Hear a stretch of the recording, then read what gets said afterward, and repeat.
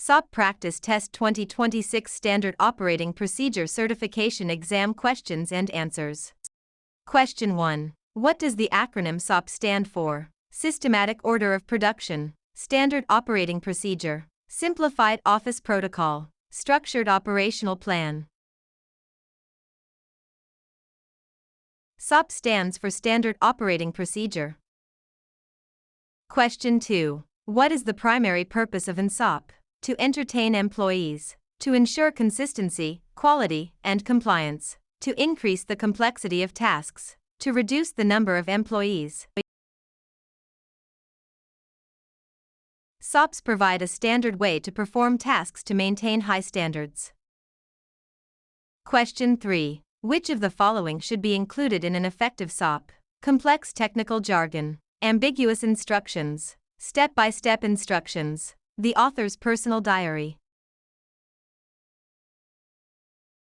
Clear, sequential steps are vital for utility. Question 4. How often should SOPs be reviewed and updated? Once every 10 years, only when a major accident happens. Regularly, such as annually or when processes change. Never, once they are printed.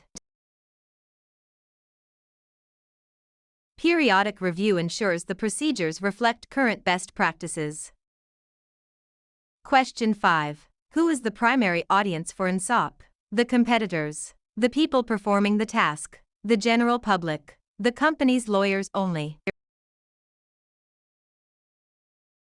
SOPs are written for the operators who execute the processes. Question 6. What is the benefit of using flowcharts in an SOP? To make the document look more colorful, to provide a visual representation of the process flow, to hide information, to increase printing costs. Flowcharts help clarify complex decision points and sequences. Question 7. A controlled document in the context of SOPs means the document is kept under lock and key. The document is subject to version control and formal approval. The document is written in code. Only the CEO can read it. Control ensures that only the latest, approved version is in use. Question 8. Where should SOPs be located? In a safe in another city. In a place easily accessible to the people who need them. In the trash. On a hidden website. Accessibility is key to ensuring procedures are followed. Question 9. What is scope in an SOP document? The size of the paper, the specific area or process the SOP covers, a tool for looking at stars, the salary of the workers. The scope defines the boundaries of the procedure. Question 10. Why is a revision history important in an SOP? To see who made the most mistakes, to track changes and ensure accountability, to fill up space, to keep the document long. Tracking revisions allows users to understand what changed and why. Question 11. What should happen after a new SOP is implemented? The employees should guess how to do it. Employees should be trained on the new procedure. The manager should leave the office. The SOP should be deleted. Training is essential for compliance and safety. Question 12. Which of these is not a good characteristic of an SOP? Clarity, brevity, ambiguity, accuracy. Ambiguity leads to errors and inconsistency. Question 13. What is an exception in an SOP? A reward for good work. A situation where the standard procedure may not apply. A spelling error. A new employee. SOPs should address common variations or what to do when things go wrong.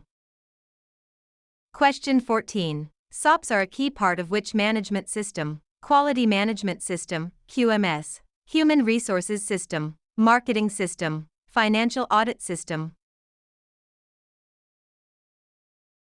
SOPs are fundamental to maintaining quality standards, ISO, etc. Question 15. Who should ideally write the first draft of an SOP?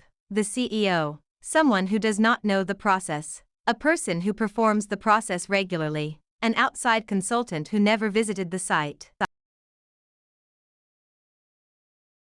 Subject matter experts provide the most accurate details. Question 16. What is the objective of an SOP? The name of the company, the goal or desired outcome of the procedure, the list of tools needed, the date of the next meeting. The objective explains why the SOP exists. Question 17. Which of the following is a sign of a poor SOP? It has clear headers. It is 100 pages long for a simple task. It uses active voice. It includes contact info for questions. Overly long or complex SOPs for simple tasks are rarely followed correctly. Question 18. What is compliance in the context of SOPs? Doing whatever you want, following the rules and procedures as written, complaining about the work, changing the procedure without telling anyone. Compliance ensures safety and quality. Question 19. What should be done with an obsolete SOP? Keep it in the same folder as the new one. Mark it as obsolete or remove it to prevent accidental use. Give it to a new employee as training. Change the date and keep using it. Removing old versions prevents confusion and errors. Question 20. In an SOP, responsibilities define how much people get paid, who is accountable for each part of the process, the history of the company, the lunch schedule. Clearly defining roles ensures the task is completed by the right person.